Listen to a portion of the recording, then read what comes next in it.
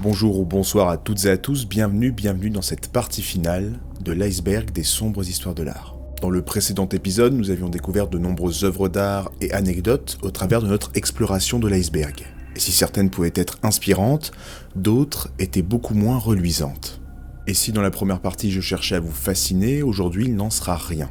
Nous allons désormais découvrir les secrets artistiques les plus sordides. Cette vidéo n'est pas faite pour tout le monde, alors je réitère mes avertissements. Si vous êtes quelqu'un de sensible à certains sujets tabous, passez votre chemin. Maintenant que vous êtes prévenus, commençons in medias res. Comme d'habitude, si la vidéo vous plaît, n'hésitez pas à vous abonner ou à mettre un like. Je suis Robin Macready, et il est temps d'achever notre descente de l'iceberg de l'art.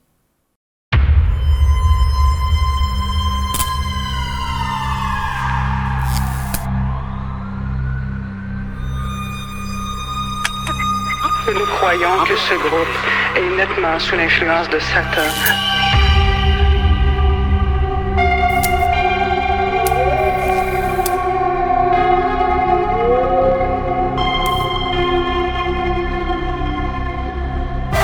Deux adolescentes de 12 et 13 ans se sont suicidées hier en se tirant une balle dans la tête. Nourrissaient une véritable vénération pour Kurt Cobain, le chanteur du groupe Nirvana qui s'est donné la mort il y a 3 ans.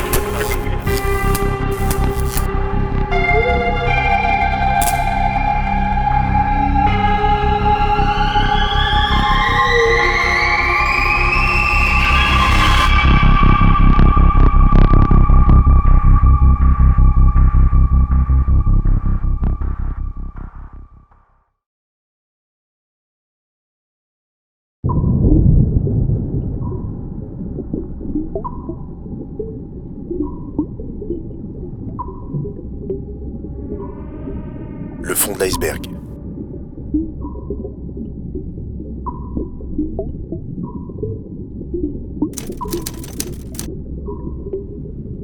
Black Aggie.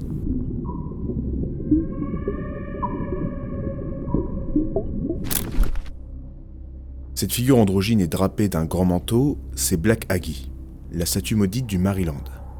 En position assise et somnolente, elle veille sur une tombe. Elle a été commandée par Henry Adams, un professeur d'histoire médiévale d'Harvard et arrière-petit-fils de John Adams, second président des États-Unis. Et si Henry a commandé cette statue, c'est pour décorer la tombe de sa femme décédée. Le sculpteur qui l'a réalisée n'est pas n'importe qui. C'est Augustus Saint-Gaudens, un artiste franco-irlandais connu mondialement pour la réalisation du Lincoln Monument de Chicago. Mais alors, qu'est-ce que cette statue a de spécial ? Eh bien pour le savoir, il faut s'intéresser à la tombe qu'elle protège. Marianne Adams était une des premières femmes photographes. Sa vie ainsi que son caractère inspireront de nombreux romanciers comme Henry James, auteur de The Portrait of a Lady. Hélas, en 1885, son père Robert Hooper décède. Cet événement va plonger Marianne dans une profonde dépression. Et quelque temps plus tard, elle se suicidera à l'âge de 42 ans en ingurgitant une dose de cyanure de potassium. Et son mari, Henry Adams, choisira donc d'orner sa sépulture d'une statue, la fameuse Black Aggie. Néanmoins, ce n'est pas cette statue qui est réputée pour être maudite, mais une copie. Black Aggie vient en réalité de Félix Agnus, un vétéran de la guerre de sécession décédé. En effet, à sa mort, Edward Punch, le sculpteur chargé de décorer sa tombe, va tout simplement décider de copier la statue présente sur la tombe de Marianne Adams. Mais tout ne va pas se passer comme prévu. En effet, peu de temps après son installation, la statue va créer un vent de panique dans le village de Pikesville. Black Aggie prendrait vie la nuit, et quiconque croiserait son regard deviendrait immédiatement aveugle. On dit aussi que tous ceux qui s'assoiraient sur ses genoux seraient condamnés à mourir dans l'année qui suit. Pour beaucoup, c'est le fantôme de Marianne Adams qui hanterait la statue, outré que l'on ait volé la décoration de sa tombe. Sa réputation est telle que de nombreuses personnes vont s'introduire discrètement dans le cimetière afin de visiter ou vandaliser Black Aggie. Néanmoins, la légende noire prend fin en 1967 quand la famille Agnus, excédée par toutes ces agitations, décide de donner la statue au Smithsonian American Art Museum, afin d'une fois pour toutes laisser les morts reposer en paix.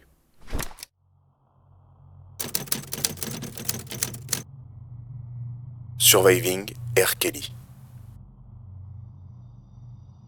La jeune génération ne connaît peut-être pas R. Kelly, mais il fait pourtant partie des grands noms de la musique mondiale.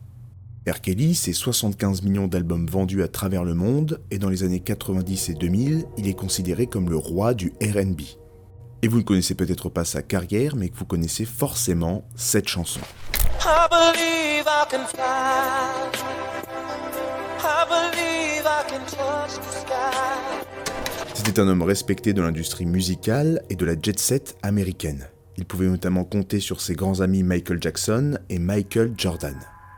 Au début des années 2000, R. Kelly est au sommet de sa carrière. Il est intouchable. Mais en 2002, un événement va révéler le véritable visage de l'artiste. Le Chicago Sun-Times va sortir un papier l'accusant de pédopornographie. Le journal a reçu quelques jours auparavant une bande vidéo montrant le chanteur en train d'avoir des rapports sexuels avec une mineure.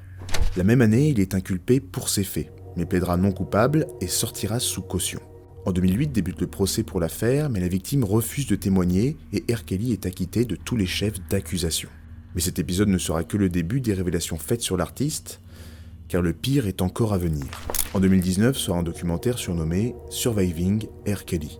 Cette série de 6 épisodes va créer un immense séisme dans l'industrie musicale et sera le dernier clou du cercueil de la légende du R&B. Le documentaire donne la parole à de nombreuses victimes et témoins des atrocités du chanteur. Et on apprend notamment la vérité sur sa relation avec la chanteuse Aaliyah. Lorsqu'il la rencontre, la jeune chanteuse n'a que 14 ans et lui 27. Il va rapidement devenir son mentor et va la faire grimper dans les sommets de l'industrie musicale. Lors des interviews, R. Kelly et Aaliyah restent flous sur leur relation. Pourtant, lors d'une tournée, une backeuse de la chanteuse va rentrer dans sa loge et trouver Aaliyah au lit avec R. Kelly. On apprendra plus tard que les deux artistes sont mariés alors qu'elle n'avait à l'époque que 15 ans. Mais ça n'est que la partie immergée de l'iceberg des horreurs de R. Kelly. Je vous jure qu'on pourrait faire tout un format de ce type uniquement sur ce que cet homme a fait. Le documentaire lève le voile sur d'autres scènes abominables. Vous connaissez peut-être le son You Are Not Alone de Michael Jackson. Eh bien, il a été écrit par R. Kelly en hommage à une histoire sordide. Lisette Martinez rencontre un jour le chanteur alors qu'elle se balade dans un centre commercial. Au moment des faits, la jeune femme est âgée de 17 ans. Quelque temps plus tard, elle commencera une idylle avec le chanteur. Mais pendant sa dernière année de lycée, Lisette va tomber enceinte. Une grossesse prématurée qui sera suivie d'une fausse couche. Pour étouffer l'affaire, le chanteur donnera 10 000 $ à la jeune femme pour qu'elle se taise. Or, cet événement se passe précisément au moment où R. Kelly écrit cette chanson pour le king de la pop. Et quand on regarde les paroles, le texte prend un tout autre sens, et sachez que la situation de Lisette Martinez est loin d'être un cas isolé. R. Kelly avait l'habitude d'envoyer ses équipes, trouver des jeunes filles mineures dans des grands magasins, et même devant les lycées ou les collèges. C'était une de ses méthodes de chasse. Le mode opératoire de Kelly est simple. Il se rend dans un lieu public avec son équipe, repère une fille mineure, et demande à son équipe de la ramener devant lui. Il lui fait alors ensuite miroiter une vie de rêve et de star pour la ramener chez lui ou au studio. Après cela, il débute une relation malsaine.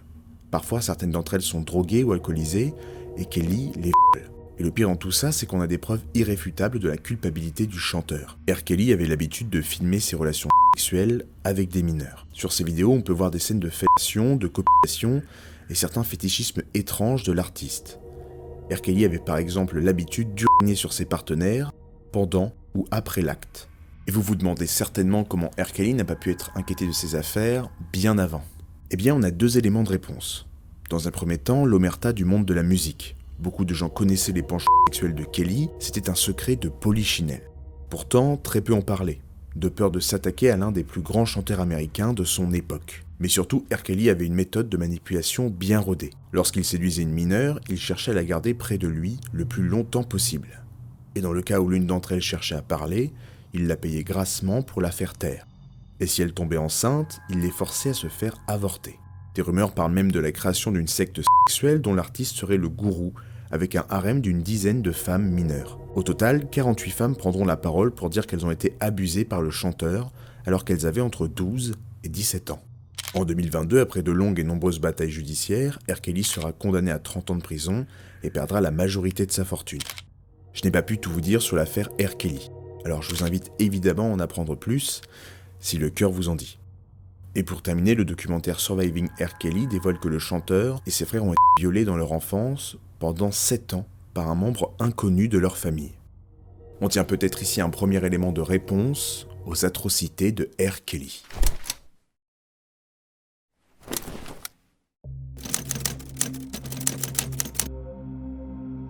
Le jugement dernier. Le jugement dernier, la fin des temps, l'apocalypse ou le Ragnarok, la fin du monde possède de nombreux noms. Cet épisode prémonitoire de la fin de l'humanité existe dans de nombreuses religions, mais la plus connue est certainement l'Apocalypse selon Saint Jean, un récit chrétien nous racontant point par point la fin de l'ère humaine. Et vous vous en doutez, ce sujet a bien évidemment fasciné les artistes au fil de l'histoire. C'est par exemple le cas de John Martin, un peintre britannique. Martin nous gratifie d'une série de toiles sur la fin des temps. On voit sur ses tableaux un dieu courroucé et tout-puissant, déchaîner des catastrophes naturelles sur la Terre, créant une véritable désolation sur son passage. On y trouve parfois des humains complètement démunis face à ce cataclysme. Mais le tableau de Martin qui me fascine certainement le plus est le Pandémonium, peint en 1841. On y voit un immense palais gréco-romain au milieu d'une rivière de lave.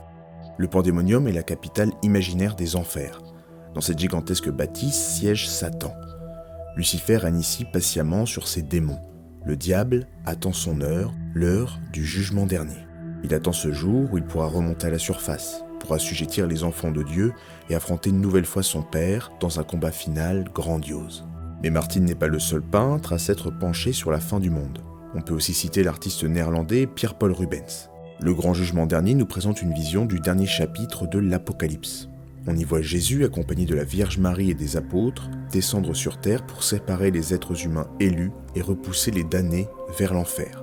Mais ce tableau, même s'il semble nous montrer un dénouement heureux, a pourtant une part sombre. Le jugement dernier de Rubens est en fait composé de 2 tableaux, et le second est beaucoup moins réjouissant.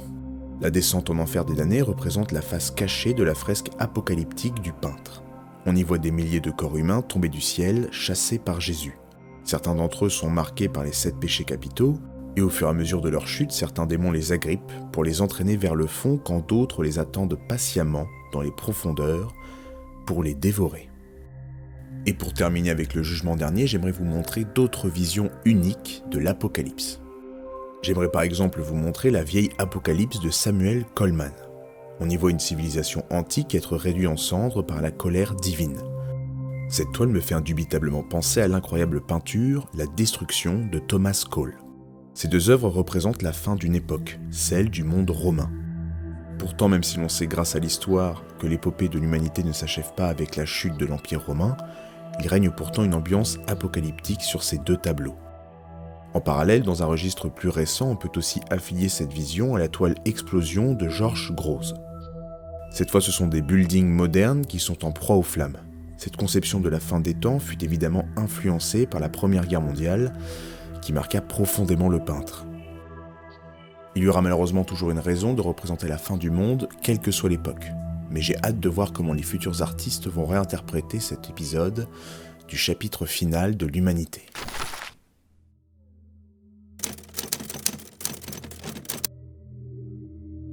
La mort d'Émile Zola. Le 29 septembre 1902, le monde s'arrête. Émile Zola, le célèbre écrivain des Rougon-Macquart, est retrouvé décédé dans sa maison parisienne de l'avenue de Bruxelles.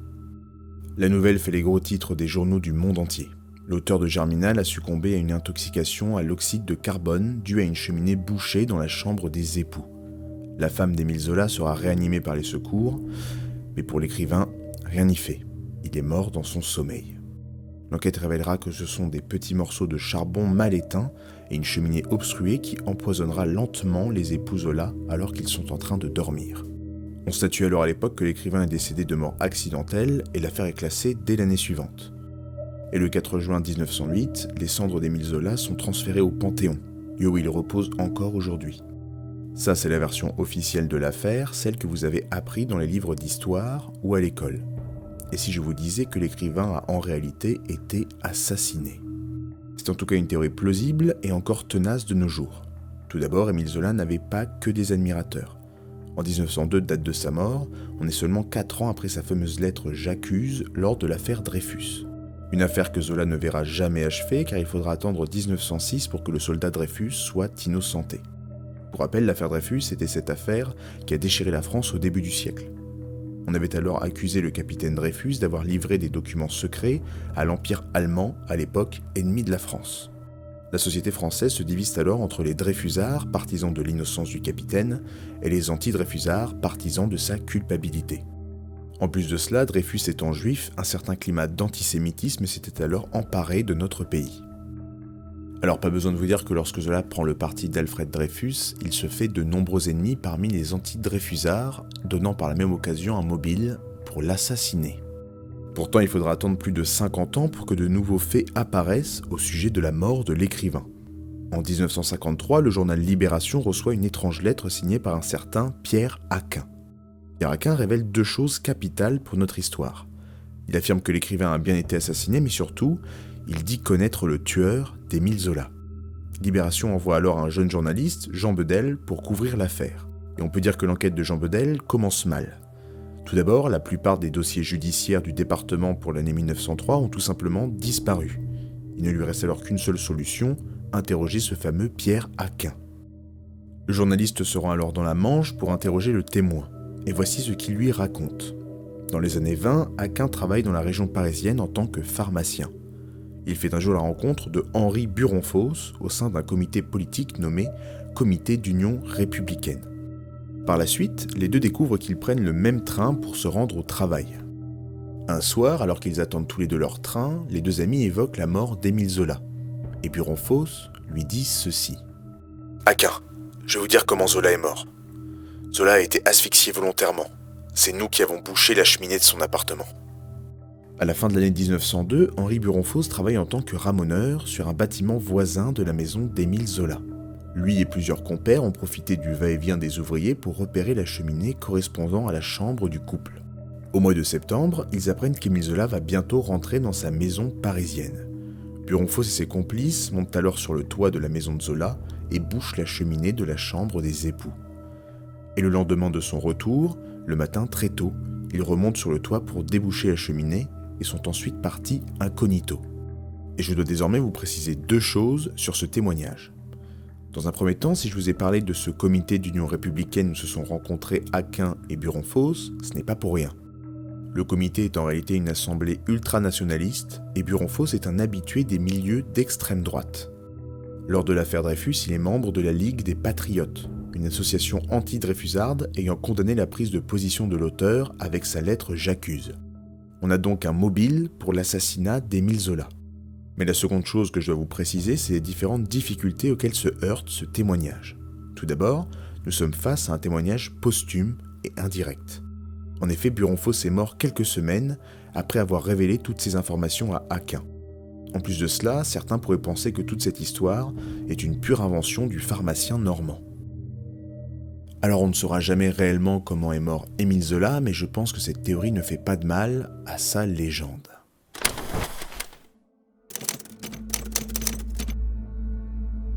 Santiago Caruso. J'aimerais désormais vous présenter un artiste très obscur, mais ô combien intrigant. Santiago Caruso est un artiste peintre argentin au style très particulier. Et même si Caruso s'est avant tout fait connaître pour ses pochettes d'albums de groupes de métal ou ses couvertures de livres, c'est bien de ses peintures dont j'aimerais vous parler aujourd'hui. L'Argentin possède une palette picturale impressionnante, de la peinture à l'huile en passant par l'acrylique, l'aquarelle ou même l'encre. Les toiles de Caruso nous plongent dans un monde ténébreux, dénué de tout espoir. Un univers qui n'a rien à envier à celui de Dark Souls, Berserk ou même Beksinski. Les créations du peintre nous emmènent dans un monde qui me fait immédiatement penser à la divine comédie de Dante et ses 9 cercles de l'enfer. On y aperçoit dans un premier temps des êtres errants au corps amaigri. Ces âmes errantes sont parfois torturées dans des décors monumentaux où les cadavres des précédents suppliciés semblent former les parois d'une immense grotte. Ces mêmes décors semblent être des instants figés de la fin du monde ou une représentation torturée du royaume de Satan. Les peintures de Caruso sont aussi arpentées par des créatures tout droit sorties de nos pires cauchemars ou de l'imagination de l'écrivain Lovecraft. Je vous invite forcément à vous intéresser aux toiles de cet artiste. Elle nous dépeigne un univers sombre, mais riche et cohérent, et c'est pour toutes ces raisons que Santiago Caruso a complètement sa place dans cet iceberg. Shoah.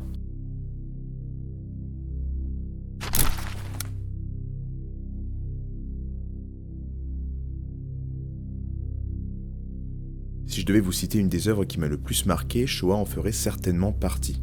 Ce documentaire a toujours eu pour moi une aura particulièrement mystérieuse, et plusieurs éléments de ma vie personnelle sont dus à cela. Je suis né et vis toujours en Normandie, une terre particulièrement marquée par la Seconde Guerre mondiale. Même si cette période ne fait pas partie de mes époques historiques préférées, j'avais l'habitude de visiter de nombreux musées et mémorials de ma région avec mes parents. Et quand on parle de Seconde Guerre mondiale, un sujet revient forcément, la solution finale. Et lorsque je parlais du génocide juif à mon père, une œuvre revenait à chaque fois, Shoah. Un documentaire long de 9 heures, présentant étape par étape le processus d'annihilation du peuple juif. Ce documentaire me faisait à l'époque l'effet d'une œuvre interdite et gigantesque de par sa durée, mais surtout terrifiante. Shoah est une œuvre qui a profondément marqué l'humanité partout dans le monde. Il faut savoir qu'avant les années 60 et 70, on ne parle pas du génocide juif. C'est un sujet tabou. Mais en 1961 s'ouvre le procès filmé d'Adolf Eichmann, un officier nazi chargé de la logistique de la solution finale. Ce procès va permettre de délier les langues et donner la parole aux victimes de ce génocide partout dans le monde. Alors quand Claude Lanzmann sort son chef-d'œuvre Shoah en 1985, il fait l'effet d'une bombe.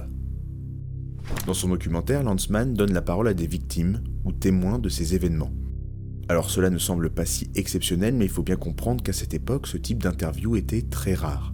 Mais le réalisateur ne se contente pas de filmer ces personnalités face caméra, puisqu'il les ramène directement sur les lieux du massacre. Le film est découpé en 4 volets, présentant chacun une facette du processus d'extermination nazie, avec plusieurs protagonistes interviewés et ramenés sur les lieux marquants de cette époque sombre.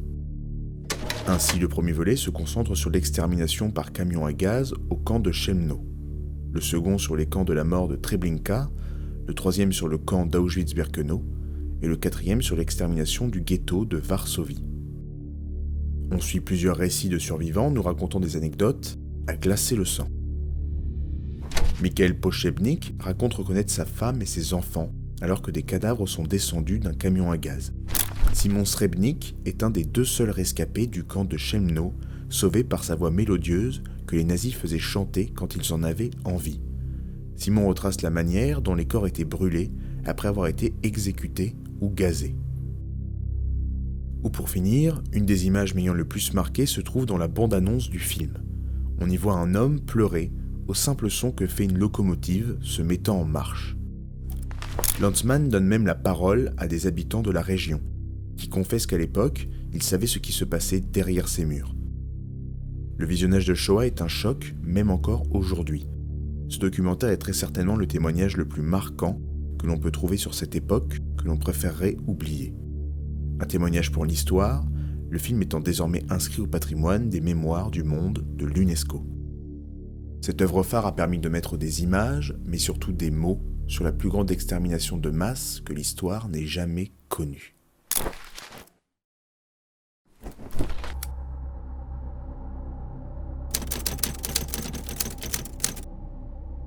Death and Disasters.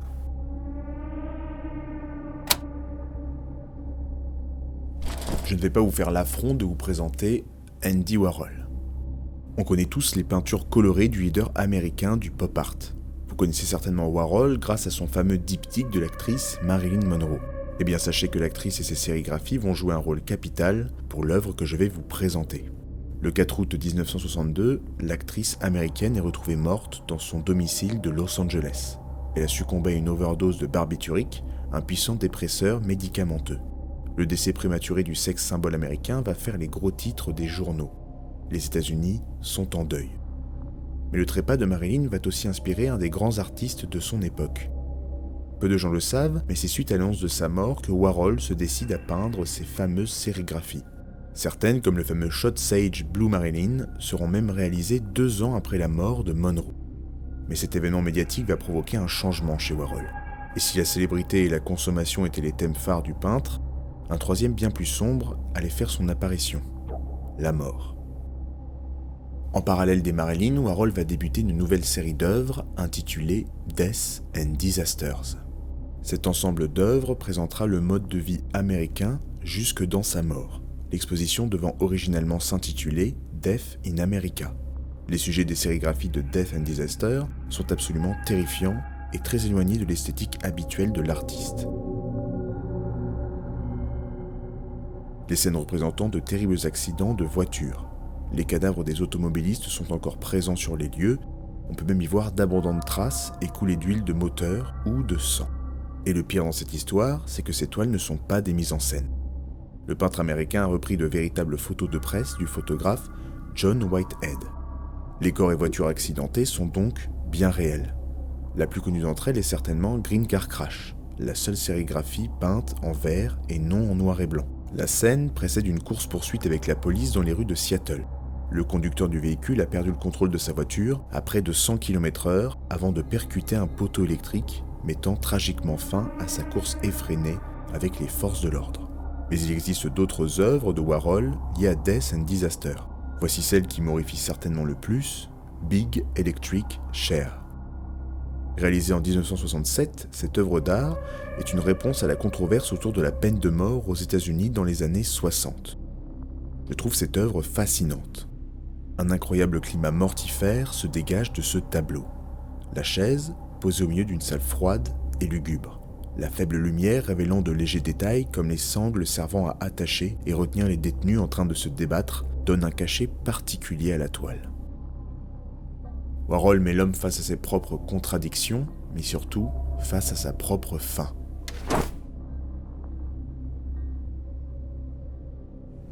Il semblerait que notre expédition ait atteint la limite de l'iceberg. Notre plongée continue, mais à partir de maintenant, n'espérez plus vous fier à aucun repère dans ces eaux sombres, car nous sommes désormais sous l'iceberg.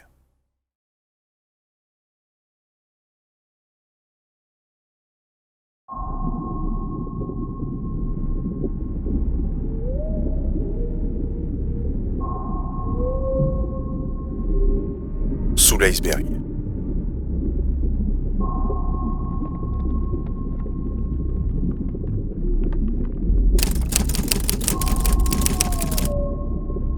Jaroslav Panuška.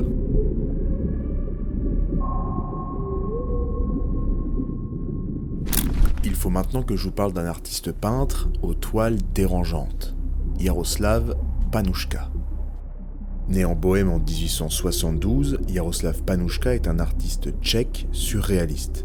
Panuška s'est intéressé durant toute sa carrière au surnaturel et à l'imaginaire. De nombreuses œuvres de l'artiste me font penser aux fables et aux contes que nous lisions dans notre enfance. Les toiles du Tchèque n'ont rien à envier au monde merveilleux d'Alice au Pays des Merveilles ou au Petit Chaperon Rouge. Néanmoins, bien que de nombreuses peintures de Panuška nous remémorent nos souvenirs d'enfance, certaines nous rappellent immédiatement nos plus terribles cauchemars. Des créatures tout droit sorties du dessous de notre lit reviennent alors nous hanter un instant. Parfois elles bondissent directement au visage du spectateur, comme si ces prédateurs avaient attendu le moment opportun avant d'attaquer leur proie. Quelquefois nous avons la chance de les apercevoir dans leur environnement avant qu'ils ne nous atteignent. Mais à certains moments, c'est nous qui sommes en train d'observer le prédateur en chasse. Mais ce qui me terrifie le plus chez les personnages de Panuška, ce sont leurs yeux. Leur regard est rempli à la fois d'une grande perversité, mais aussi d'une angoissante part d'humanité. Et je pense que le pire, c'est quand ils n'en ont pas. Voici le tableau qui m'a convaincu de vous parler de Jaroslav Panuška, Devil's Smile. On y voit des figures entièrement noires en train de lyncher un être humain avant de le dévorer. Ce qui me marque sur cette toile, ce sont ces fameuses figures. Elles n'ont pas d'yeux, et la seule caractéristique qu'ils comportent, c'est un large sourire blanc sur le visage. Ces humanoïdes semblent semer la mort et la désolation partout où ils passent. Mais ce qui me choque le plus, c'est que Panuška a décidé de les représenter à notre image. Je me demande si les figures noires de ces tableaux ne seraient pas en réalité une métaphore de l'humanité, représentée sous son vrai visage, celui du sadisme et de l'antipathie. Mais ces figures étranges resteront certainement un mystère non élucidé, mais qui ne m'empêchera pas de toujours admirer ces œuvres terrifiantes.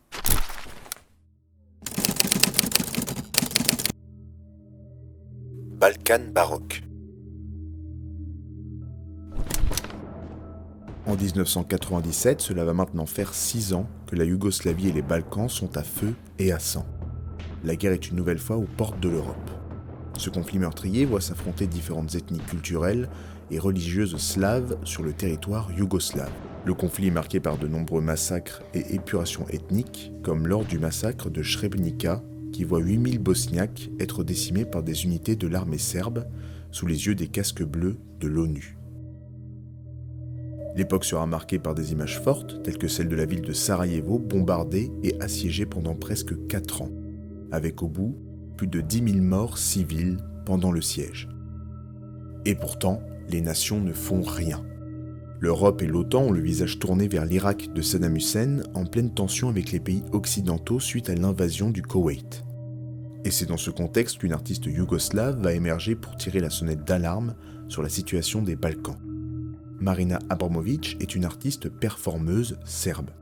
Alors c'est la première fois que l'on va parler des artistes performeurs et ça ne sera pas la dernière fois de cet iceberg. Alors je préfère vous expliquer dès maintenant en quoi consiste ce type d'artiste. Les performeurs ou performeuses sont des artistes mettant en scène leur corps, devant un public ou des caméras. Ces performances d'art vivant ont pour objectif de proposer une sorte de spectacle avec comme toile de fond une réflexion philosophique ou la mise en avant d'un propos engagé. Et c'est dans ce dernier cadre que l'on retrouve Marina Abramović.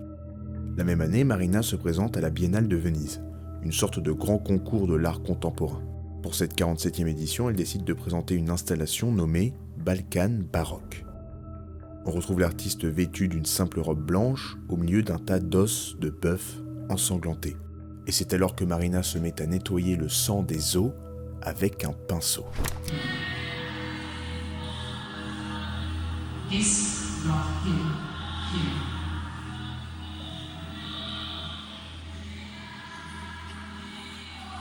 This is the way how we in Balkan make good. L'odeur est infâme, la pièce est embaumée d'un parfum de chair en décomposition. Et lorsque Marina récupère une carcasse, des centaines de vers en sortent apeurés par les coups de pinceau. Elle réalisera cette performance pendant 6 heures. Et pendant ces 6 heures, elle chantera des chants slaves de son enfance, tout en nettoyant la souillure des dépouilles animales sous le regard des milliers de spectateurs horrifiés. Et si vous vous demandez quel est le message de Balkan baroque, voici ce qu'en dit l'artiste. L'idée de laver les os en essayant de frotter le sang est impossible. Vous ne pouvez pas laver le sang de vos mains comme vous ne pouvez pas laver la honte de la guerre. Mais aussi, il était important de le transcender, que cette image puisse être utilisée pour n'importe quelle guerre, n'importe où dans le monde. Donc dans le personnel, il peut y avoir de l'universel. Suite à Balkan baroque, Marina Abramović remportera la médaille d'or de la Biennale de Venise. Pourtant, aucune puissance européenne ne répondra à son appel de stopper les massacres en cours dans la région.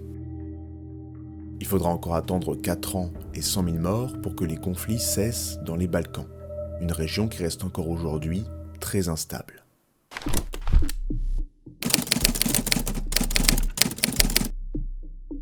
Patricia Piccinini. Certaines rencontres avec l'art nous marquent à vie, et l'artiste que je vais vous présenter maintenant est certainement la plus dérangeante qui m'ait été donnée de voir. Il y a quelques années, je me trouvais à Paris dans un musée dont j'ai malheureusement oublié le nom. Alors que j'arpentais les différentes galeries, je me retrouve un moment dans une salle fermée. Au milieu de cette salle se trouve une étrange statue de silicone à taille humaine, représentant une femme tenant un petit porcelet. Je m'approche donc pour observer cette œuvre de plus près, et là, mon expression change radicalement lorsque je tourne la tête et comprends que ce que la femme tient n'est pas un cochon, mais un bébé issu d'une hybridation génétique entre le porc et l'être humain.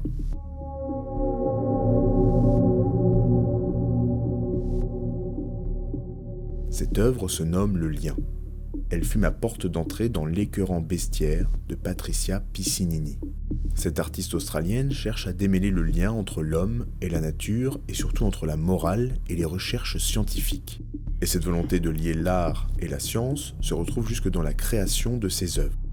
Les sculptures de l'artiste sont un mélange de silicone, plastique synthétique et de véritables poils et cheveux organiques. Les statues de Piccinini sont une sorte de freak show, une encyclopédie du monstre, cette allégorie qui nous effraie et fascine à la fois. On se balade dans un étrange bestiaire, découvrant dans chaque salle une créature plus effrayante que la précédente, avec une fascination toute particulière de l'artiste pour les nourrissons. Ces petits êtres censés représenter l'innocence sont ici affligés d'horribles mutations et hybridations avec l'être humain. Dans un premier temps, lorsque j'ai découvert cet artiste, j'étais dégoûté, comme face aux chimères du scientifique Shaw Tucker pour ceux qui ont lu ou vu le manga Fullmetal Alchemist. Et par la suite, j'ai cherché à savoir pourquoi ces monstres me faisaient aussi peur.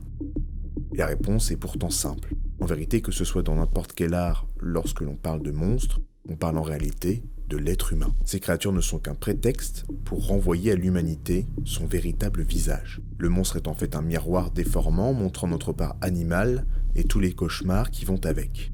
Et Patricia Piccinini cherche ici à nous marquer, grâce à l'hyperréalisme mais surtout la proximité que nous avons avec ces bêtes pas si éloignées de nous-mêmes. Mais ce qui est important dans le travail de cette sculptrice, c'est la volonté de conserver un regard scientifique sur l'art. Pour elle, il est important de créer des œuvres réalistes pour que le public puisse interagir avec elles. Et j'ai un exemple parfait pour vous montrer la démarche de l'Australienne. En 2016, l'artiste cherche à explorer l'évolution humaine. Elle collabore avec un chirurgien traumatologue pour essayer de créer le corps d'une humanité ayant évolué pour s'adapter aux accidents de voiture. Et le résultat est terrifiant. Je vous présente Graham, un être humain doté d'une tête élargie, à la manière d'un casque, d'un cou absent aux ligaments multiples, des sacs d'air placés entre chaque côte, des pieds déformés comme ceux d'un félin pour pouvoir bondir et s'échapper du danger. Graham est le résultat darwinien d'une adaptation de l'espèce humaine face à un danger bien réel, les accidents de la route. Tout simplement fascinant. On pourrait encore parler de longues heures du travail de Patricia Piccinini. Malheureusement, notre avancée dans cet iceberg doit se poursuivre. Néanmoins, je vous conseille chaleureusement de vous intéresser aux œuvres de cet artiste, des œuvres qui m'ont personnellement marqué à vie.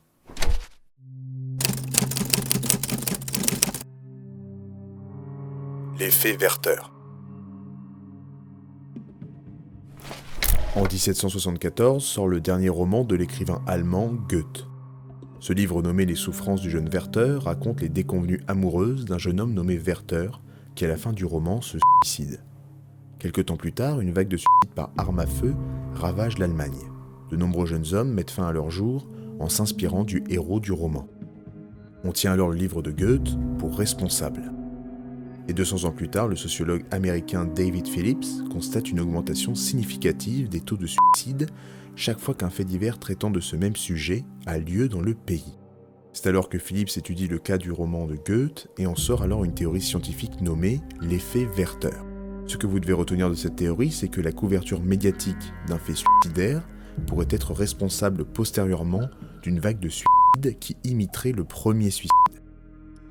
Et bien évidemment, les cas de suicide les plus médiatisés de nos jours sont ceux des artistes. Mieux vaut flamber rapidement que de s'éteindre en douceur. C'est un des vers d'une chanson de Nirvana retrouvée dans la dernière lettre du chanteur Kurt Cobain. Eh bien, on peut dire que certains fans du groupe ont suivi le texte à la lettre, car en 1994, 2 adolescents mettent fin à leur jour d'un coup de canon scié. Ils étaient déprimés après la mort de leur idole. Et si vous pensez que ces cas d'effet Werther ne concernent que les États-Unis, je suis au regret de vous décevoir. En 1995, au Liban, un jeune homme de 16 ans se tire une balle dans la tête. Les enquêteurs retrouvent son corps dans sa chambre, les murs couverts de photos de l'artiste. En 1996, en Italie, un garçon de 17 ans se jette du 8e étage. On retrouvera dans ses affaires des lettres mentionnant un texte parlant du suicide cité par Kurt Cobain.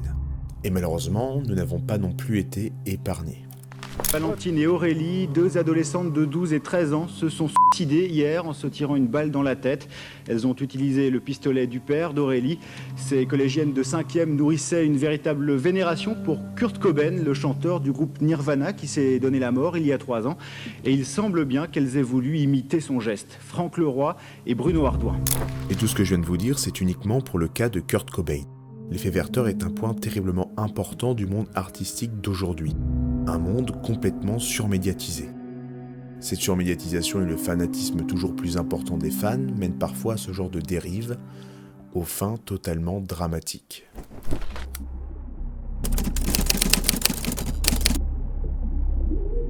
Catching Bullet. La magie est un genre artistique que j'ai assez peu exploité sur la chaîne, et il est temps de remédier à cela avec un numéro de magie très particulier. En 1840, le magicien américain Arnold Buck, surnommé The Wizard of the West, est en tournée dans la ville de Londres. Arnold Buck est à l'époque connu pour un tour en particulier, Catching Bullet. Dans ce numéro de scène, le magicien attrape entre ses dents une balle tirée par un spectateur choisi au hasard dans le public. Bien évidemment, le pistolet est en réalité chargé à blanc et la balle qui atterrit dans la bouche de Buck y est placée par un habile tour de passe-passe. Mais ce soir-là, c'est un spectateur tordu qui monte sur scène. Le malheureux va vouloir se montrer plus malin que le magicien. Après avoir fait semblant d'introduire une munition dans l'arme à feu, Buck se positionne quelques mètres plus loin. Il demande alors à l'homme d'appuyer sur la détente, mais ce que le magicien ne sait pas, c'est que le spectateur a discrètement introduit des clous qu'il avait dans sa poche dans le canon de l'arme. Le coup part, et quelques instants plus tard, le corps d'Arnold Buck s'écroule sur le sol, mort sur scène.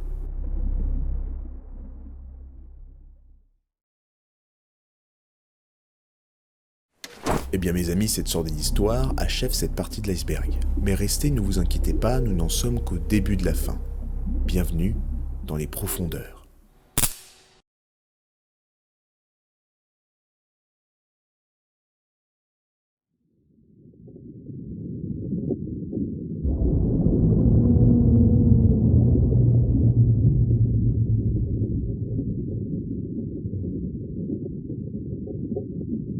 Les profondeurs.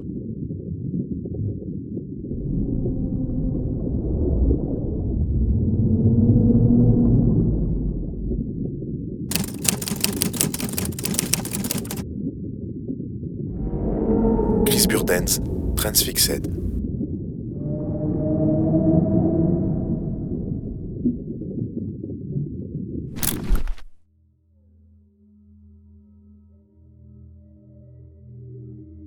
Je ne pense pas que beaucoup de monde connaisse Chris Burden, pourtant c'est certainement l'artiste-performeur le plus fou et le plus dangereux que j'ai jamais vu. Chris Burden est un artiste extrême. On pourrait presque ici parler de masochisme artistique. Son objectif est d'éprouver son corps, de le pousser dans ses ultimes retranchements afin de montrer la véritable violence de notre monde et surtout de s'en détacher. Les performances de Burden sont véritablement choquantes, et l'artiste est souvent passé à un cheveu de la mort. Son œuvre la plus connue est certainement Shoot. Le 19 novembre 1971, Burden dévoile un court-métrage surréaliste. Une caméra Super 8 filme l'artiste et un ami sur un fond blanc. Mais détail dérangeant, le compère du performeur tient dans sa main un fusil à lunettes 22 longs rifles. Il le charge, se met en joue, et là Burden demande à son ami de lui tirer dessus. Et le coup part. Burden fait quelques pas, et la caméra se coupe. C'est par ce genre de coup d'éclat que l'artiste gagnera sa renommée, et il va continuer très longtemps. La même année, il réalise 5 Day Locker Piece. Pour cette œuvre, il s'enferme pendant 5 jours dans un casier de consignes. Mais ça n'est rien comparé à ce qui va suivre. En 1972, Burden est célèbre, mais cette célébrité toute nouvelle le rend méfiant envers les médias. Un jour, il accepte d'être interviewé, mais dans un geste terrifiant et symbolique, il met un couteau sous la gorge d'une journaliste et la prend en otage. En 1973, il présente Through the Night Softly, une œuvre dans laquelle il traverse une étendue recouverte de verre pilé en rampant presque nu. Un an plus tard, il réalise Transfixed, son œuvre la plus folle et certainement ma préférée. Burden s'allonge à l'arrière d'une voiture Volkswagen en signe de croix. Là, un de ses collaborateurs s'approche et le crucifie. Il lui plante à coups de marteau un clou dans chaque main. La voiture est ensuite poussée sur la voie publique et on la démarre pendant 2 minutes. Les bruits de moteur vrombissants, symbolisant les cris de douleur de l'artiste. Après cette performance totalement dingue, Chris Burden consacrera sa vie à d'autres types d'art, comme la sculpture, s'éteignant en 2015. Sa carrière aura laissé une marque à l'encre rouge indélébile sur l'histoire de l'art. Me Dead. Je vais maintenant vous présenter une tradition artistique totalement sordide réalisée par Matthew Day Jackson. Cet artiste américain pratique de nombreux arts comme la sculpture, la peinture, la photo et la mise en place d'installations. Mais je me suis arrêté pour vous sur une série d'œuvres photo et picturales réalisées il y a quelque temps. Ces œuvres, elles représentent en toute simplicité sa propre mort. Jackson est un passionné de rites funéraires. Il a étudié de nombreuses cultures humaines et leurs cérémonies de passage vers l'autre monde. Alors c'est dans un geste symbolique qu'il réalise en 2009 cette photo. Me Dead at 35. Me Dead at 35 représente l'artiste dans un cercueil, le teint pâle et le corps habillé prêt pour l'enterrement. Cette œuvre est pour lui un exutoire, un moyen de ne plus avoir peur de la mort. Alors après cette première production, l'artiste va réaliser une photo chaque année, le mettant en scène pour son anniversaire. Dans Me Dead at 36, il se présente dans un sac mortuaire à l'arrière d'une roulotte en bois. Dans Me Dead at 37, seuls ses pieds apparaissent sur un bûcher funéraire en train de se consumer. Mais la prochaine photo est celle qui m'a donné envie de vous parler de cet artiste, une œuvre qui m'a glacé le sang. Me Dead at 38.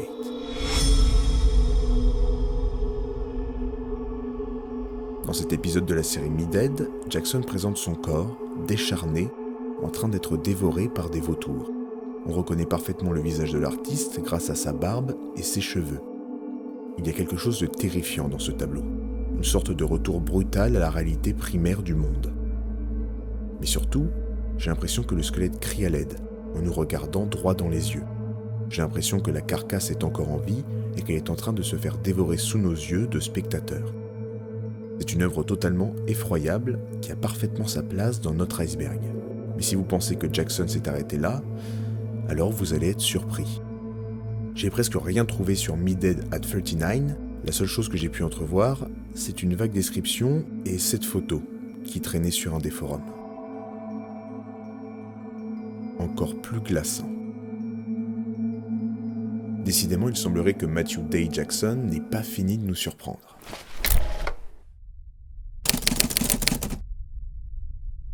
Ken Curry. Nous allons de nouveau entrer dans l'univers terrifiant d'un artiste peintre, et ses peintures risquent de vous marquer à vie. Ken Curry est un artiste peintre écossais diplômé de l'école des beaux-arts de Glasgow en 1983. Et si dans un premier temps Curry se fait connaître pour des œuvres à la dimension sociale, ce sont bien ses travaux sur la corruption physique et morale du corps humain qui vont marquer les amateurs d'art. L'étoile de Ken Curry pourrait être celle d'un savant fou. Son univers est un laboratoire dans lequel il exerce des tests sur le corps humain. Nombreux de ses portraits représentent des êtres difformes, à la peau pâle et écorchés, dignes des gueules cassées de la guerre 14-18. Certains visages n'ont aucune altération, mais leur âme, elle, est corrompue. C'est leur regard qui les trahit. Les yeux sont d'un noir profond, symptomatique d'un vide émotionnel. J'ai par moments l'impression de voir la personnification de certains tueurs en série. Des êtres au physique banal, mais capables du pire, car nés sans aucune empathie. Mais les portraits les plus marquants de l'artiste sont certainement ceux qui portent les stigmates du domaine privilégié de Curry, les scarifications. Certains protagonistes semblent avoir été les cobayes d'opérations atroces, le fruit d'expériences visant à modeler leur visage d'une horrible manière, ou alors peut-être sont-ils les rescapés d'un accident, des damnés du bloc opératoire dont le médecin a pu sauver la vie, mais pas le corps. Et ceux-là peuvent s'estimer heureux comparés à d'autres qui n'ont pas eu la même chance. De nombreux sujets du peintre sont représentés de la figure dépecée vivant. Ces hommes et ces femmes posent pourtant bien habillés, et sans aucune émotion. La douleur ne les atteint pas. Leur regard impassible me laisse pourtant un sentiment mélancolique. J'ai l'impression que le plus douloureux pour eux n'est pas la blessure physique, mais la blessure mentale. Et ce concept de l'homme et de la chair, Curry va le pousser jusqu'au bout en nous présentant des chimères, des hybrides entre un corps humain et une pièce de boucher. Ce qui me terrifie le plus, ce n'est pas la vision d'horreur que me renvoient ces tableaux, mais c'est de me poser une question. Qui a bien pu faire ça ? Qui a transformé ces humains en vulgaires morceaux de boucherie ? Et en connaissant l'artiste, j'ai déjà peur de la réponse. Car si dans un premier temps on peut penser à un ogre amateur de chair humaine, j'ai bien peur que le responsable de ce massacre ait un visage bien familier.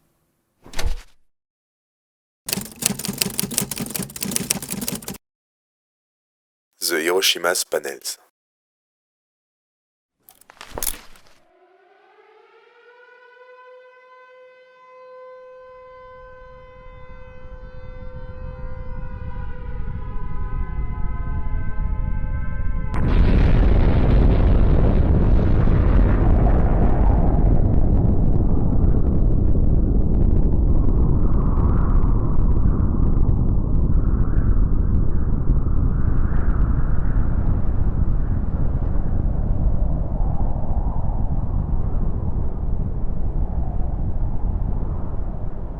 Très certainement les images les plus traumatisantes de l'histoire du Japon. Le 6 août 1945, les États-Unis larguent Little Boy, une bombe nucléaire qui va droit sur la ville nippone d'Hiroshima. Conséquence, 140 000 morts et une nation traumatisée. L'œuvre dont je vais vous parler maintenant a été réalisée par deux artistes qui ont vécu la catastrophe nucléaire d'Hiroshima. Toshi et Iri Maruki sont deux peintres formant un couple artistique. Ils sont tous les deux originaires de la province d'Hiroshima. Dès leur plus jeune âge, les deux amoureux se tournent vers des études artistiques. Ils étudieront notamment la peinture japonaise traditionnelle et l'art occidental. Et ces études auront une importance capitale pour la présentation de l'œuvre. Au moment du drame, le couple se trouve à Tokyo, et une horrible nouvelle se répand. Leur ville natale vient d'être rasée par l'armée américaine. Toshi et Iri montent alors immédiatement dans un train pour venir au secours de leur famille, encore sur place, et vivant seulement à 2,5 km du point d'impact.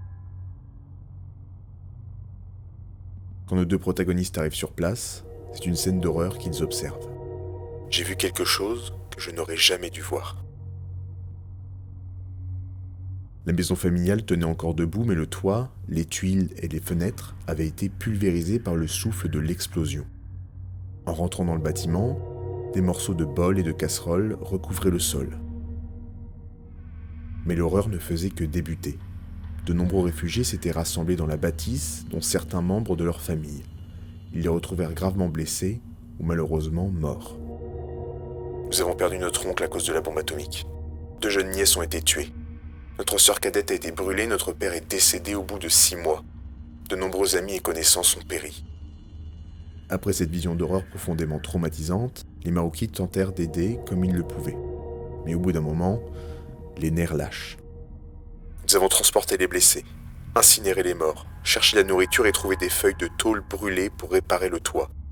Avec la puanteur de la mort, les mouches et les asticots tout autour de nous. Nous errions comme ceux qui avaient subi la bombe. Au mois de septembre, les deux artistes rentrent à Tokyo. Mais quelque chose ne va pas. La politique et l'ambiance au Japon est optimiste après la guerre. Mais les Maruki, eux, n'ont pourtant pas oublié ce qu'ils ont vu là-bas. Pendant 3 ans, ils erreront, tentant de vivre une vie normale, comme si rien ne s'était passé. Mais les traumatismes, même s'ils peuvent être enfouis, ressurgissent toujours. Les Maruki avaient besoin de montrer au monde ce qu'ils avaient vécu, ce que le Japon et leur famille avaient vécu. Ils se mirent alors à peindre une incroyable fresque. 15 panneaux pliants, représentant la catastrophe d'Hiroshima et ses conséquences. Les Hiroshima's Panels. On y voit des âmes errantes, complètement choquées, titubant et le corps carbonisé. D'autres sont encore aux prises avec les flammes nucléaires, cherchant un moyen de fuir cet enfer. Des corps sont empilés, leur chair en train de pourrir alors que d'autres ne sont plus que d'anonymes squelettes à qui on a retiré la dernière chose qui faisait d'eux des humains. Une femme berce son bébé mort et des amoureux s'embrassent alors que leur fin approche. Il n'y a aucun espoir, car toutes ces personnes que vous voyez mourront dans quelques jours à cause de leur exposition aux radiations atomiques. Les Hiroshima's Panels est une œuvre capitale, représentant parfaitement ce drame sous un style mélangeant l'art traditionnel nippon et la peinture occidentale. Ces panneaux auront un impact sans précédent sur la mémoire du drame d'Hiroshima, car à l'époque il était interdit de montrer des images de la catastrophe. Et c'est dans cette optique de mémoire que le couple continuera à créer de nouvelles œuvres artistiques. Ils réaliseront notamment des panneaux représentant le massacre de Nankin et le camp de la mort d'Auschwitz-Birkenau. Malgré leur exposition aux radiations, Eri et Toshi auront une vie longue et heureuse. Eri Maruki s'éteindra à l'âge de 94 ans en 1995. Sa femme Toshi le suivra quelques années plus tard en 2000, à l'âge de 88 ans. Alors pour ne pas oublier les drames qui ont traversé notre monde, n'oublions pas les Maruki qui ont passé leur vie à les représenter.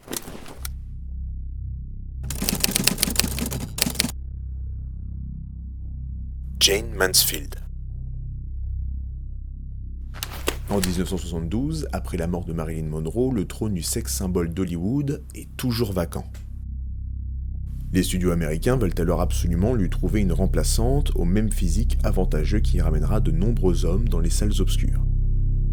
Et cette remplaçante, ils vont la trouver en la personne de Jayne Mansfield.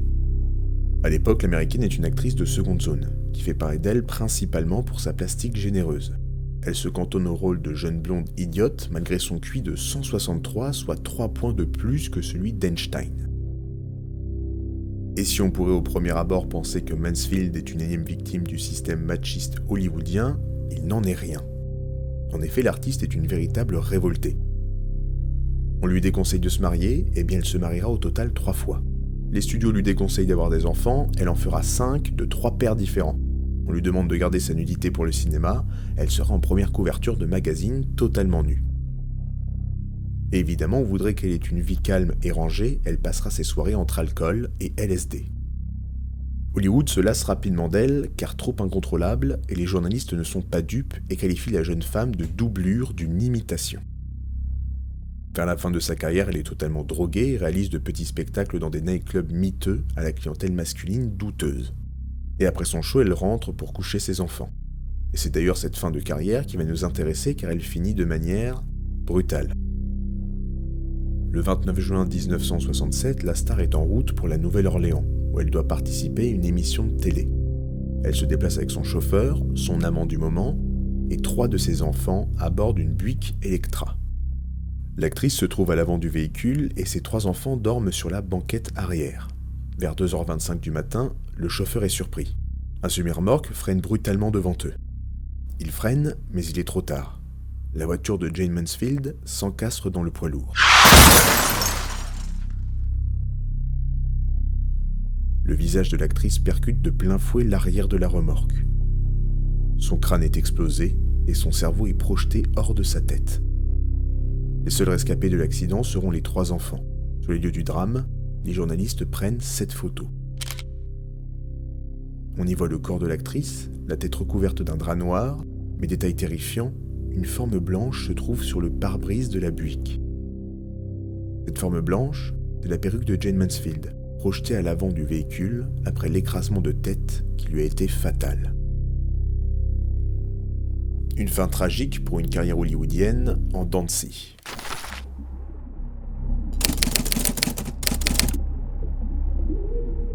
Turnerinen.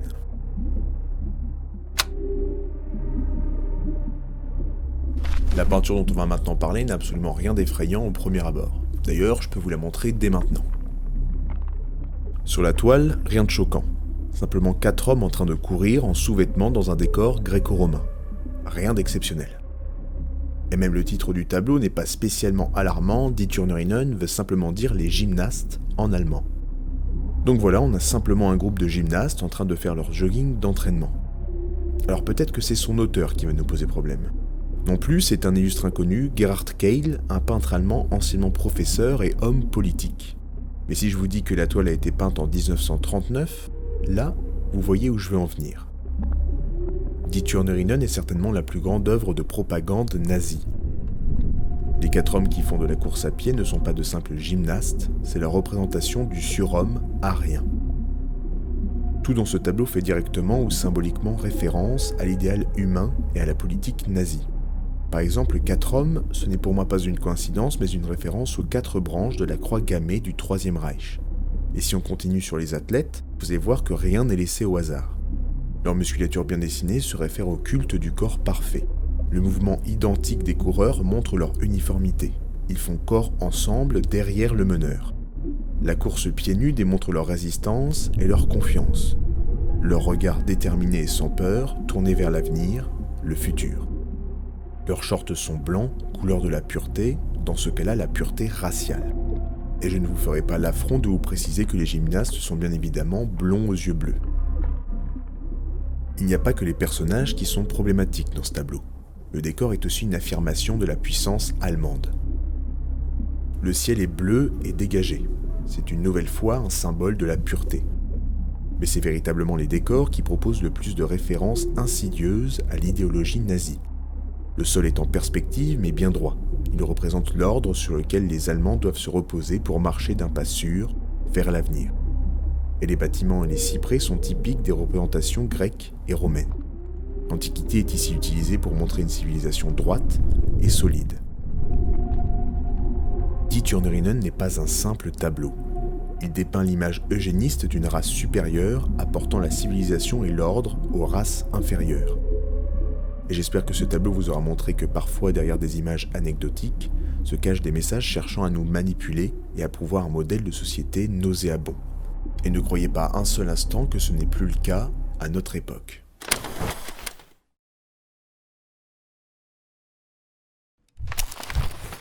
Et maintenant, bon, il semblerait que l'on ne puisse pas aller plus bas. Voici donc le dernier chapitre de notre épopée. Bienvenue dans la dernière partie de l'iceberg, bienvenue dans les abysses.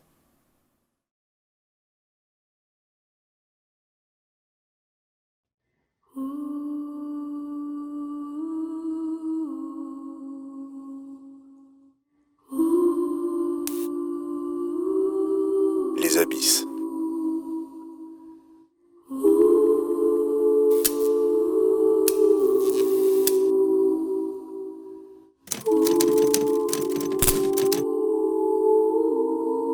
La traite des...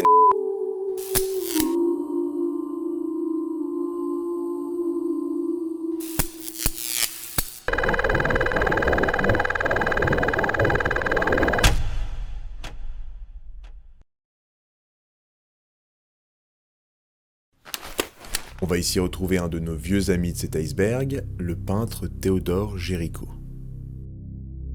Dans la première partie de l'iceberg, je vous ai parlé du chef-d'œuvre de Géricault, le radeau de la Méduse. Eh bien, je vous ai menti. Le radeau de la Méduse n'est pas le magnum opus du peintre. En tout cas, il n'aurait jamais dû l'être. Le 26 janvier 1824, le peintre français Théodore Géricault s'éteint à l'âge de 32 ans suite à une maladie vénérienne qui s'est aggravée après une chute de cheval. Cette mort prématurée survient alors que l'artiste est en préparation d'une nouvelle très grande toile. Une toile portant sur un thème qui lui tient à cœur, l'esclavage et la traite des Noirs. Géricault était un homme en avance sur son temps, un artiste engagé qui s'opposait déjà à la peine de mort et surtout à l'esclavage de la population noire. Il faut bien comprendre que cette sensibilité de la part de Géricault fait office d'ovni dans le paysage politique de son époque.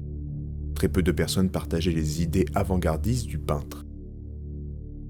Et c'est pour prolonger son engagement que l'artiste va débuter les croquis d'une immense toile nommée « La traite des Noirs ». Cette toile devait être le pendant du radeau de la Méduse, à la fois par le format de l'œuvre, mais aussi par le sujet d'actualité qu'elle traite. Et là je sais que vous brûlez d'impatience de voir le tableau, mais il n'existe pas.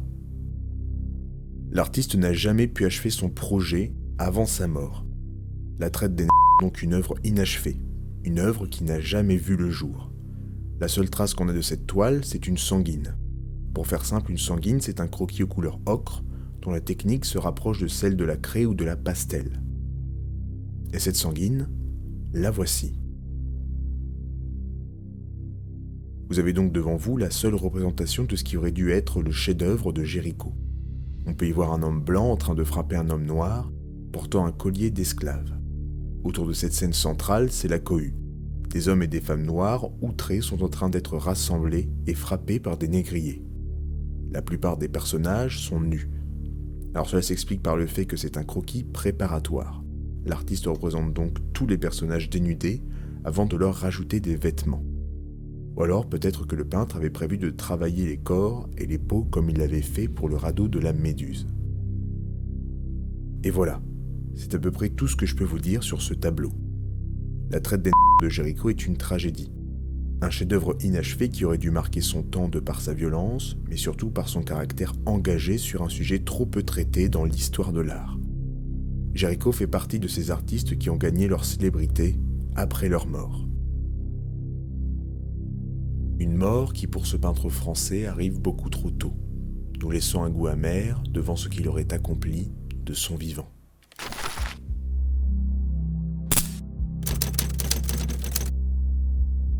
L'art Kusozu. L'art traditionnel japonais est très certainement l'une des formes d'art les plus fascinantes. Le geijutsu se décline dans des styles très différents et assez peu exploités en Occident. Les estampes, les tatouages, la calligraphie, les arts martiaux et l'ikebana sont des facettes connues et reconnues dans le monde entier comme symbole de l'art nippon.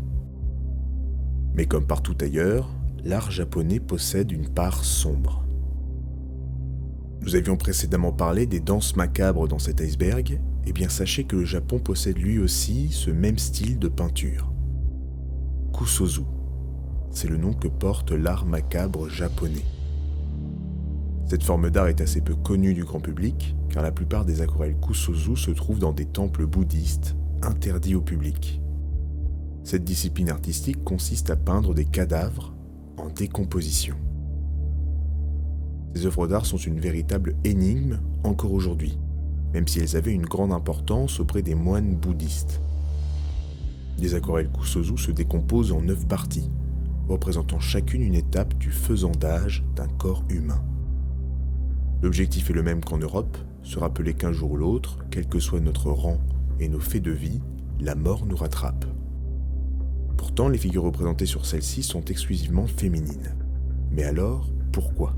Eh bien malheureusement, comme souvent dans l'histoire, la raison n'est pas très féministe. L'objectif est de représenter le corps féminin sous un aspect répulsif, la femme étant pour les moines un danger, une tentation pouvant les écarter de leur credo. Ce qui me fascine dans l'art Kusozu, c'est cet étrange contraste entre la poésie, la subtilité de l'art japonais et la dure réalité de la mort. C'est peut-être ma vision européenne qui me crée ce sentiment, mais je trouve que ces aquarelles sont bien moins terre-à-terre que les danses macabres. Et ces peintures créent chez moi un curieux mélange de fascination et de dégoût. Une inexplicable envie de plonger toujours de plus en plus dans le lugubre. Voir chaque étape de la décomposition est assez déroutant, et chaque étape provoque une émotion unique. On voit d'abord une jeune femme qui semble assoupie dans l'herbe. Puis le panneau d'après nous montre les premiers ballonnements, provoqués par la putréfaction interne des tissus. Après cela, les premiers morceaux de chair pourrissent. Puis le teint devient verdâtre, avec du sang croupi s'échappant des plaies. La peau et les muscles font ensuite place aux os. Et quand le cadavre a atteint un certain stade, les animaux viennent finir le travail, ne laissant derrière eux qu'un tas osseux qui sera bientôt englouti par la terre ou par une pierre tombale. Le Kusozu fait partie de ces merveilleux mystères de l'histoire de l'art. Et j'espère qu'un jour les temples bouddhistes voudront bien ouvrir leurs portes pour que nous puissions en apprendre davantage sur l'art macabre japonais.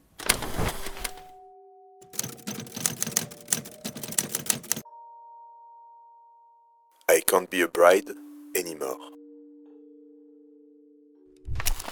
Le tableau dont on va désormais parler est certainement le plus effrayant de cet iceberg.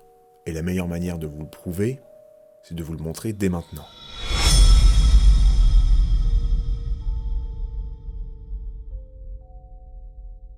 Voici I Can't Be a Bride Anymore de l'artiste Yuko Tatsushima. Cette toile représente une jeune femme, au corps allongé, portant un habit traditionnel japonais, le yukata. Son visage comportant 2 grands yeux noirs et un sourire pincé semble complètement déconnecté de son corps, lacéré par un style graphique agressif et faussement brouillon, tout comme le fond rouge sang. Et c'est tout ce que je peux vous dire de factuel sur cette œuvre, car on ne connaît rien de son autrice. Tatsushima est une artiste fantôme. J'ai eu beau chercher partout sur internet la biographie de cet artiste, je n'ai rien trouvé. Tout ce que nous connaissons de Tatsushima sont des rumeurs, ou des théories plus ou moins fiables. Mais l'étoile de l'artiste comporte une thématique commune, les agressions sexuelles. Je pense que vous l'aviez deviné en observant l'hypersexualisation du personnage et les ratures présentes sur ses parties génitales.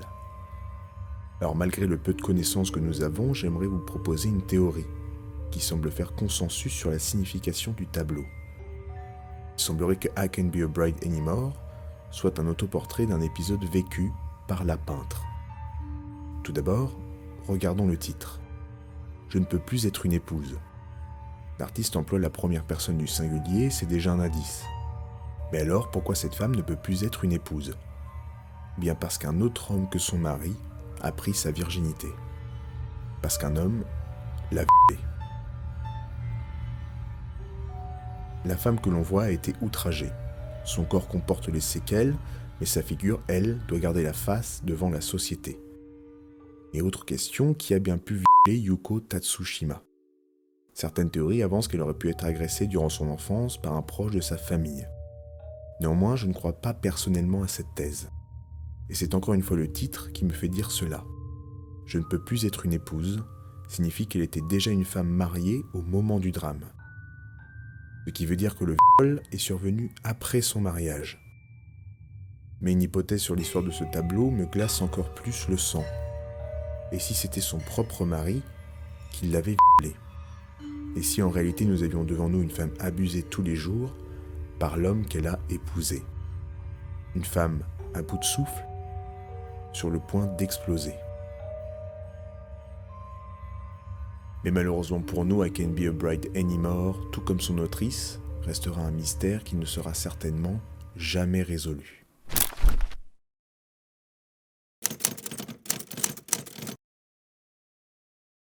Super masochiste.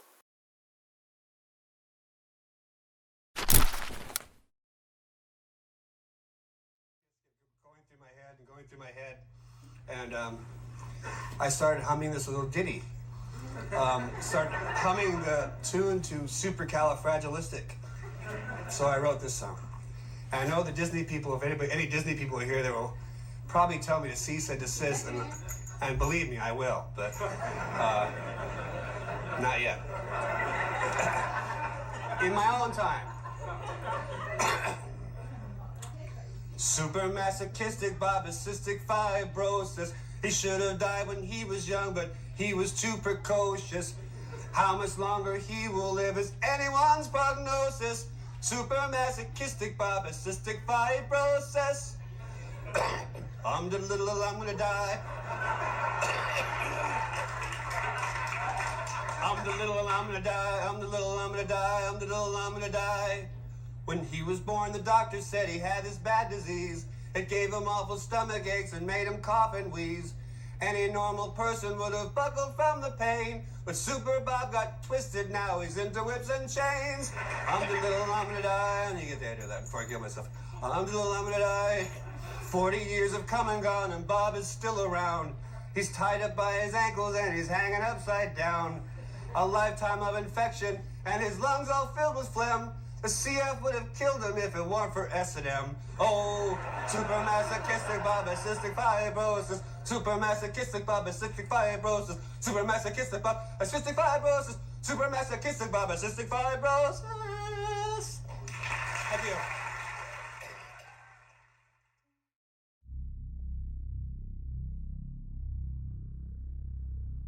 On vous a certainement déjà posé cette question, mais s'il ne vous restait qu'une seule journée à vivre, que feriez-vous ? Eh bien, c'est la question que s'est posée l'artiste Bob Flanagan chaque matin de sa vie. Né le 27 décembre 1952 à New York, Bob Flanagan sait dès son plus jeune âge que sa vie sera courte. On lui diagnostique à sa naissance la mucoviscidose, aussi appelée fibrose kystique, une maladie génétique mortelle emportant généralement les enfants avant même qu'ils atteignent la majorité. La mucoviscidose attaque généralement les poumons et l'estomac, créant des infections respiratoires et des troubles intestinaux très douloureux pour le porteur. À l'époque de Bob Flanagan, comme aujourd'hui d'ailleurs, aucun traitement n'existe pour cette maladie. Et plus cruel encore, il est impossible de déterminer la date de décès du patient. Ce qui veut dire que chaque soir, vous vous endormez en vous demandant si demain, vous vous réveillerez comme d'habitude. À sa naissance, les médecins pensent que Bob Flanagan survivra jusqu'à ses 6 ou 7 ans. Tout au long de sa vie, Bob souffre le martyre. Mais quelque chose va lui permettre de sortir du quotidien de l'hôpital. Et vous vous en doutez, ce quelque chose, c'est le masochisme. Bob va découvrir cette pratique sexuelle alternative et totalement y adhérer. Flanagan va trouver un sens à la douleur. Pour la première fois de sa vie, c'est lui qui contrôle cette souffrance. La douleur que provoquent ses partenaires ou lui-même sur son corps lui font oublier le supplice de sa maladie. Et dans cette expérience BDSM, Bob va faire la rencontre d'une femme qui va changer sa vie, Cherry Rose. C'est après cette rencontre que le couple va avoir pour idée de mettre en scène les supplices qu'elle afflige à son compagnon. Loin d'être de simples films pornographiques extrêmes, les vidéos du couple sont de véritables performances artistiques dans lesquelles Bob va pousser son corps jusqu'à ses limites afin d'oublier le calvaire de la mucoviscidose.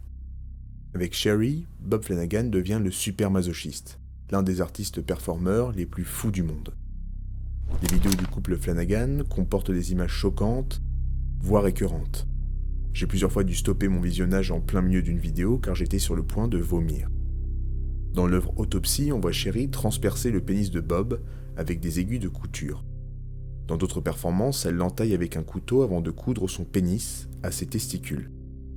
Dans le clip vidéo Happiness in Slavery de 9 Inch, l'artiste est attaché à une machine qui lui transperce la peau, lui arrache les tétons et lui écrase les organes génitaux. Et je suis obligé de vous préciser qu'aucune de ces performances n'est simulée. Bob Flanagan ira même plus loin, puisqu'il ira jusqu'à mettre en scène sa propre mort. En 1997 sort Sick, The Life and Death of Bob Flanagan, super masochiste. Un documentaire réalisé par Kirby Dick, qui fut ma principale source pour l'écriture de cette vidéo. Sick retrace la vie de Bob Flanagan au travers d'interviews des membres de sa famille, ses amis, Cherry, mais aussi lui-même. On peut voir dans le documentaire différentes périodes de sa carrière et une explication approfondie de son enfance. Mais surtout, le film est en réalité un pacte entre Bob et Kirby. Cette œuvre sera sa dernière. L'artiste a fait promettre au réalisateur de mettre en scène sa mort. Kirby Dick devait suivre et filmer Bob jusqu'à la fin. Et la mort de Flanagan, on la voit directement dans Sick. Les dernières minutes du métrage sont consacrées aux derniers instants du performeur. On le voit à l'hôpital dans les bras de Cherry, peinant à respirer et toussant régulièrement. Et après cette scène, la vidéo se coupe, et une suite de photos apparaît à l'écran.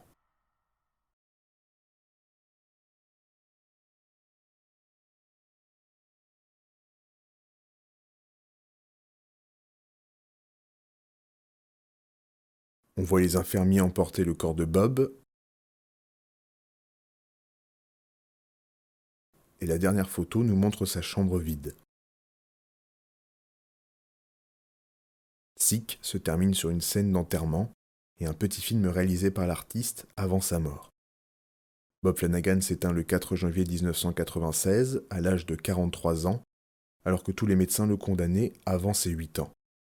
Toute sa vie, il aura combattu la mucoviscidose au travers de son art et sa pratique du masochisme. Alors pour terminer avec l'histoire atypique de Bob Flanagan, j'aimerais dire merci et respect, de laisser derrière lui un message aussi étrange qu'inspirant sur le combat contre la maladie.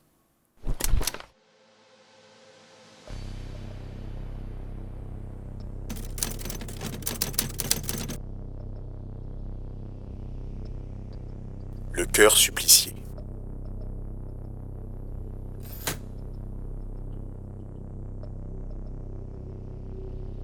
L'œuvre dont je vais vous parler maintenant représente en quelque sorte toute l'essence de mon travail sur YouTube.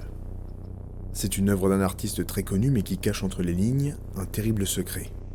Derrière cette œuvre se cache un drame insoupçonné. Et c'est avec un poème que nous allons conclure d'une certaine manière cet iceberg. Un poème d'Arthur Rimbaud.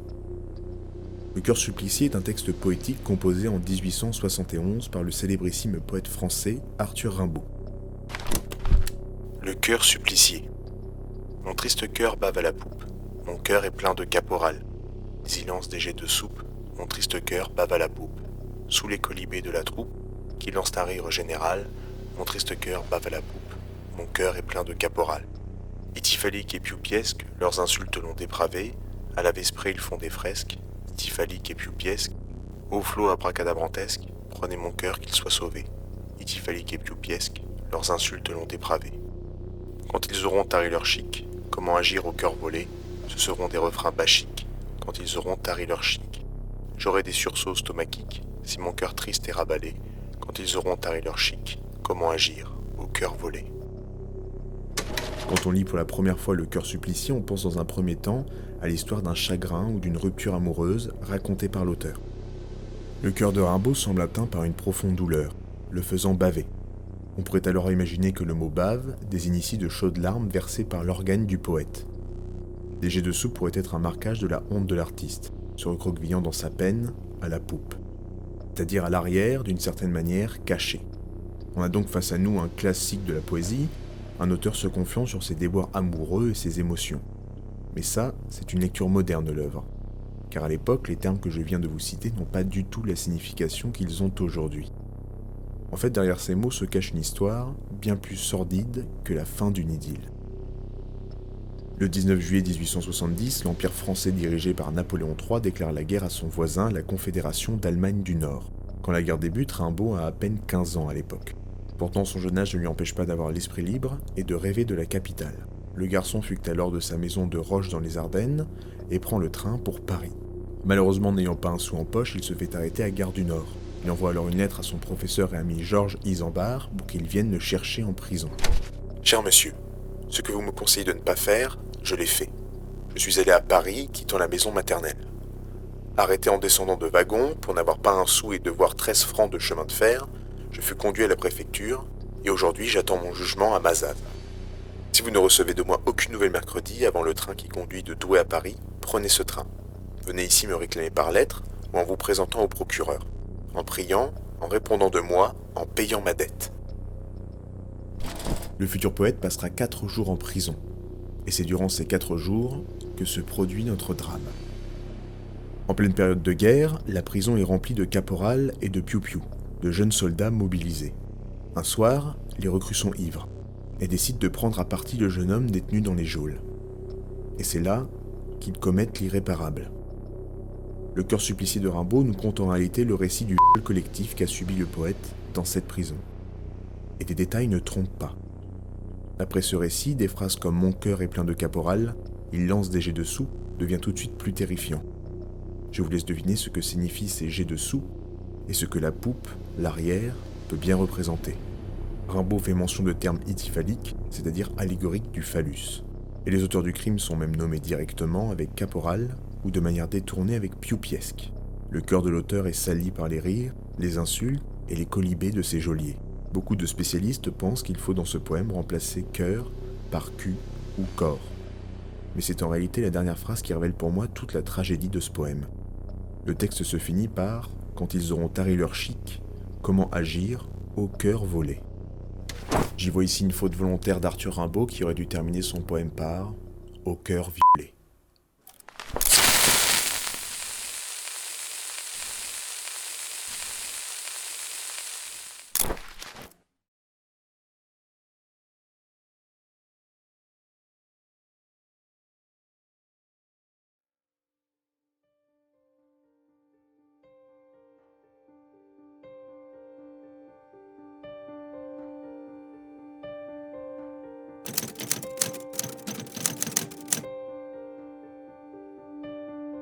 Les œuvres inconnues.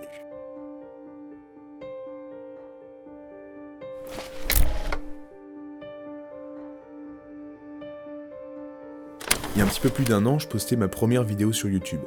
Après avoir passé quelques années sur Twitch avec mes amis, j'avais envie de créer ma propre émission.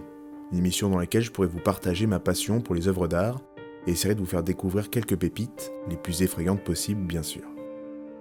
Même si je faisais un épisode par jour, je n'aurais jamais assez de temps pour vous présenter toutes les œuvres qui existent dans ce monde. Mais il y a des œuvres en particulier dont je ne pourrai jamais vous parler. Ce sont les œuvres inconnues. Les œuvres inconnues, c'est ce tableau réalisé par un grand-père, qu'on se transmet de génération en génération.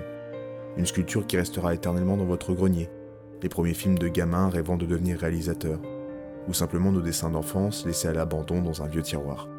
Toutes ces œuvres qui n'intégreront jamais les musées, qui ne seront jamais publiées sur internet, qui resteront bien au chaud chez nous.